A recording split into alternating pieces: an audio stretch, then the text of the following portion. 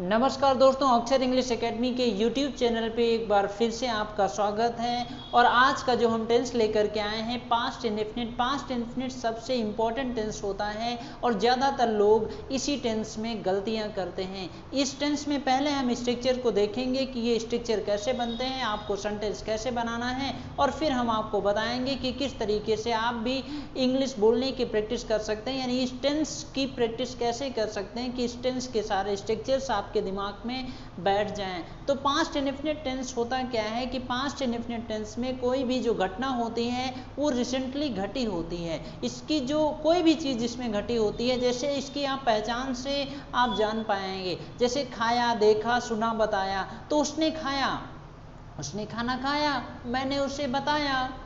तुमने सुना? हाँ, उसने बताया। तो इस तरीके के सेंटेंसेस जो हैं ये पास्ट इंडेफिनिट में यूज किए जाते हैं। मैंने उसे बता दिया, वह पहुंच गया।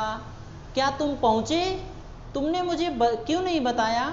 ये इस तरीके के सेंटेंसेस जो है पास्ट इंडेफिनिट में ही यूज किए जाते हैं। और इसकी पहचान आप देख रहे हैं कि जो सेंटेंसेस में यूज किए जाते हैं, उसने खाया, मैंने देखा, उसने सुना, उसने बताया, मैंने उसे बताया, मैंने इंग्लिश सीखी, तुमने इंग्लिश नहीं सीखी, इस तरीके के सेंटेंसेस यूज करते हैं। और इसकी हेल्पिंग वर्ब होती है डिड, इकलौती हेल्पिंग वर्ब होती है। पर्सन टेबल में आपने देखा है कि डिड इकलौती हेल्पिंग वर्ब होती है। और रेस में अगर कोई अकेला दौड़ता है तो फर्स्ट वही आता है। तो इसका मतलब ये है कि इकलौती हेल्पिंग वर्ब है। हर सब्जेक्ट के साथ आपको डिड का ही इस्तेमाल करना है। I did, you did, we did, she did, he did, किसी भी सब्जेक्ट के साथ हम डिड का ही इस्तेमाल करेंगे। और इसमें जो मेन वर्ब आती है, वर्ब की फर्स्ट फॉर्म और सेकेंड फॉर्म दोनों का हम इस्तेमाल करते हैं। आप जानते हैं ना, वर्ब की first form, second form, third form होती है, आईएनजी फॉर्म होती है। ये फॉर्म आपको याद करना पड़ेगा। जैसे गो होता है फर्स्ट फॉर्म, गो, वेंट, गॉन होता है। तो इसमें हम वर्ब की फर्स्ट फॉर्म और सेकेंड फॉर्म इस्तेमाल करेंगे। तो पहले हम स्ट्रक्चर इसके देख लेते हैं। ये पहला अफर्मेटिव का स्ट्रक्चर है। आप नोट्स जरूर आप बनाते रहिएगा। नोट्स आप बनाओगे तो ये सारी चीजें आपके दिमाग में अच्छे से बैठ जाएंगी। तो अफर्मेटिव सेंटेंस आप जानते हैं पॉजिटिव सेंटेंस होता है। तो अफर्मेटिव सेंटेंस का स्ट्रक्चर देखिए, लिखा हुआ है सब्जेक्ट, V2 मतलब वर्ब की सेकेंड फॉर्म और ऑब्जेक्ट। ये स्ट्रक्चर तो आसान होता है लेकिन इसमें गलतियां ज्यादा लोग करते हैं। सब्जेक्ट आता है, वर्ब की सेकेंड फॉर्म आती है और ऑब्जेक्ट आता है। आपको मैंने बताया कि वर्ब की फर्स्ट फॉर्म होती है, सेकेंड फॉर्म होती है और थर्ड फॉर्म होती है। तो पास्ट इंडेफिनिट में के अफर्मेटिव सेंटेंस में हम वर्ब की सेकेंड फॉर्म यूज करते हैं। पास्ट इंडेफिनिट का एक इकलौता टेंस है जिसमें हम वर्ब की सेकेंड फॉर्म ही यूज करते हैं, वो भी अफर्मेटिव सेंटेंस में ही यूज करते हैं। तो ये यहाँ पे कुछ एग्जाम्पल आपके सामने दिए हुए हैं। पहला एग्जाम्पल है I told him. I told, tell means बताना होता है, टेल की सेकेंड फॉर्म टोल्ड होती है, थर्ड फॉर्म भी टोल्ड होती है। आई टोल्ड हिम, मैंने उसे बताया। आपने पहचान देखा ना, बताया। आई टोल्ड हिम, मैंने उसे बताया। यू टोल्ड हिम, तुमने उसे बताया। दे टोल्ड हिम, उन्होंने उसे बताया। वी टोल्ड हिम, हमने उन्हें बताया। ही टोल्ड हिम, उसने उसे बताया।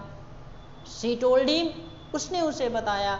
मोहित टोल्ड हिम, मोहित ने उसे बताया। अफर्मेटिव में हम वर्ब की सेकेंड फॉर्म ही इस्तेमाल करते हैं। राइट साइड में कुछ और सेंटेंसेस लिखे हुए हैं। जैसे पहला सेंटेंस है I completed my work. Complete verb की फर्स्ट फॉर्म होती है, इसकी second form completed, third form भी कंप्लीटेड होती है। I completed my work, Hindi भी आप इनकी लिख लीजिएगा। आई कंप्लीटेड माई वर्क, मैंने अपना काम पूरा कर लिया।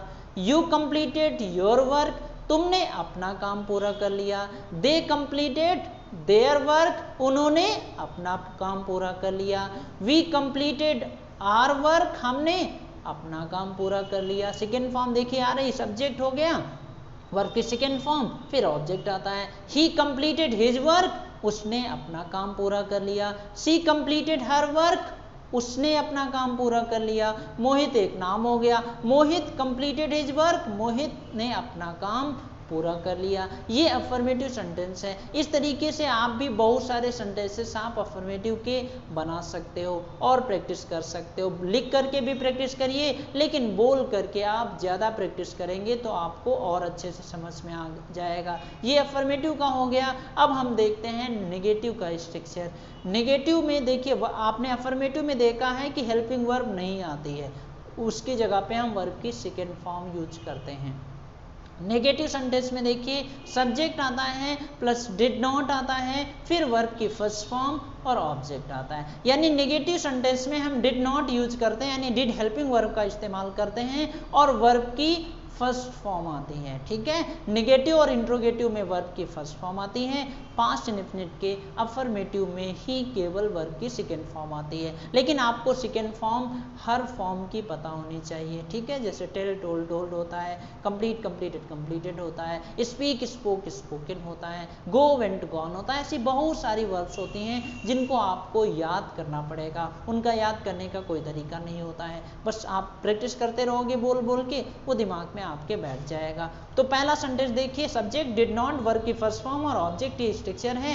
कॉपी में नोट्स आप जरूर बनाते रहिए। अगर आप नहीं बना रहे हैं तो गलती कर रहे हैं, आज से ही बनाना शुरू कर दीजिए, यहीं से बनाना शुरू कर दीजिए, पीछे का आप बाद में कर लीजिएगा। पहला सेंटेंस लिखा हुआ है, I did not tell him. I subject हो गया, आपने पढ़ा है डिड का इस्तेमाल हर सब्जेक्ट के साथ करेंगे क्योंकि इकलौती हेल्पिंग वर्ब है।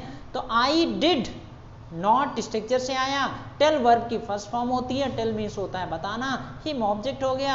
I did not tell him, मैंने उसे नहीं बताया, पहचान आप जानते हैं, मैंने उसे नहीं बताया। I did not tell him, you did not tell him, तुमने उसे नहीं बताया।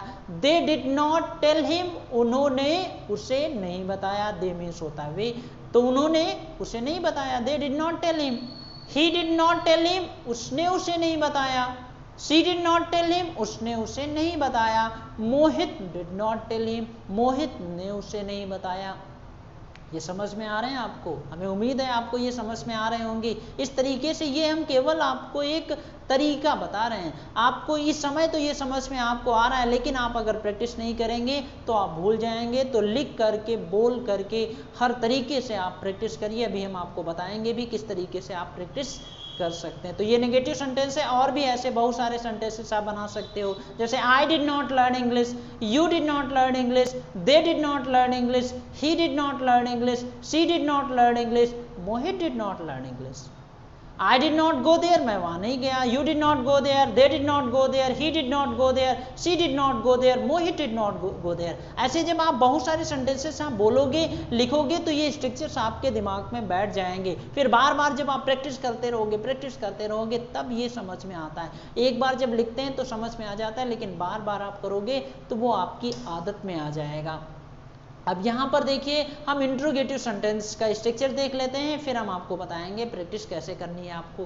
तो इंट्रोगेटिव सेंटेंस में दो तरीके के इंट्रोगेटिव होते हैं, एक हेल्पिंग वर्ब से शुरू होते हैं और एक WH वर्ड से शुरू होते हैं। तो अभी हम केवल जो इंट्रोगेटिव सेंटेंसेस हेल्पिंग वर्ब से शुरू होते हैं उन्हीं सेंटेंसेस के बारे में हम बात करेंगे। WH वर्ड से जो सेंटेंसेस शुरू होते हैं, कैसे बनाना है क्वेश्चन, वो हम आपको टेंस खत्म हो जाने के बाद हम आपको बताएंगे। तो यहाँ पे स्ट्रक्चर है, डिड आता है, सब्जेक्ट आएगा, वर्ब की फर्स्ट फॉर्म आएगी, ऑब्जेक्ट आएगा और क्वेश्चन मार्क। इंट्रोगेटिव में क्वेश्चन मार्क जरूर आता है। तो यहाँ पर भी देखिए वर्ब की फर्स्ट फॉर्म आती है, ठीक है, केवल और केवल अफर्मेटिव में ही वर्ब की सेकेंड फॉर्म इस्तेमाल करते हैं। तो पहला सेंटेंस देखिए, डिड स्ट्रक्चर से आया, यू सब्जेक्ट हो गया, टेल वर्ब की फर्स्ट फॉर्म हो गया। एक ही सेंटेंस को मैंने बार बार किया जिससे आप अपने दिमाग में इसको बैठा सकें। डिड यू टेल हिम, क्या तुमने उसे बताया। डिड आई टेल हिम, क्या मैंने उसे बताया। डिड वी टेल हिम, क्या हमने उसे बताया। डिड दे टेल हिम, क्या उन्होंने उसे बताया।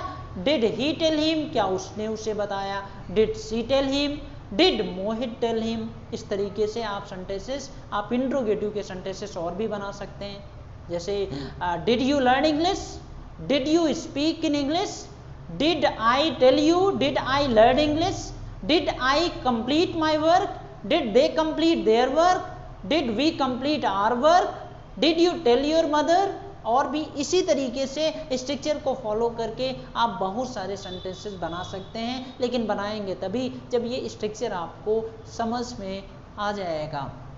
अब आपको प्रैक्टिस कैसे करनी, तो जैसे पहला क्वेश्चन है डिड यू टेल हिम, क्या तुमने उसे बताया।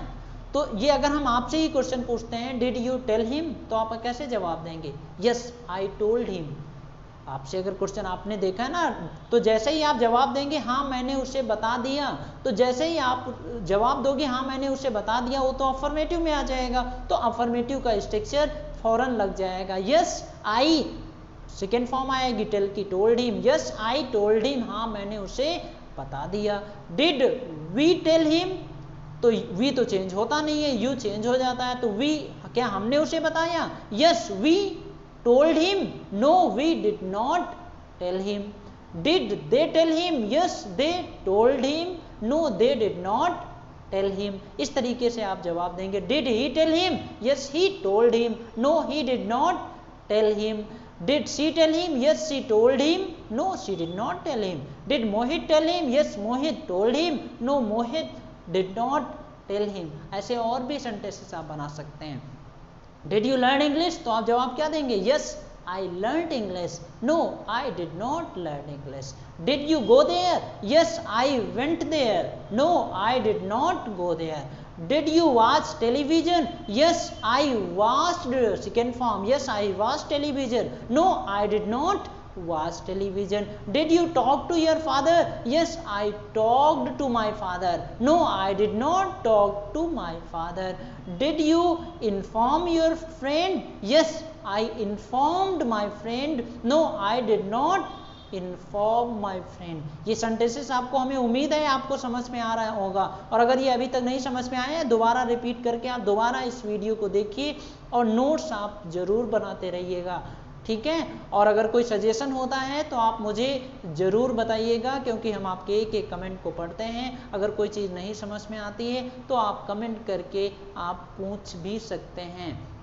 और हम आपको एक बार फिर से याद दिला देते हैं कि अगर आप भी घर बैठे इंग्लिश बोलना सीखना चाहते हैं, घर बैठे आपको इंस्टीट्यूट नहीं आना है, घर बैठे अगर आप भी इंग्लिश बोलना सीखना चाहते हैं, तो आप हमारे व्हाट्सएप नंबर पे हाँ लिख करके या आप मुझे कॉल करके 9473830753 पे आप अभी कॉल करके कोर्स के बारे में जानकारी ले सकते हैं और आप भी घर बैठे इंग्लिश बोलना सीख सकते हैं। या आप हमारी वेबसाइट www.aksharenglishacademy.com पे जाइए और आप हमारे कोर्स के बारे में और भी जानकारी वहाँ से ये सारी चीज़ें आपको मिल जाएंगी। डिस्क्रिप्शन में आपको हमारी वेबसाइट की लिंक मिल जाएगी और आप भी घर बैठे अपनी इंग्लिश को बेहतर बना सकते हैं। अगर आप को इंग्लिश आती है तो आप किसी दोस्त को भी रिकमेंड कर सकते हो, वो भी अपनी इंग्लिश को बेहतर बना सकता है। इस कोर्स की फीस बहुत ही कम है, आप कॉल करके जानकारी ले सकते हैं। कोई सुझाव होता है आप मुझे ज़रूर बताइएगा, हम आपके एक एक कमेंट को पढ़ते हैं और हमें उम्मीद है ये आपको समझ में आ जाएगा।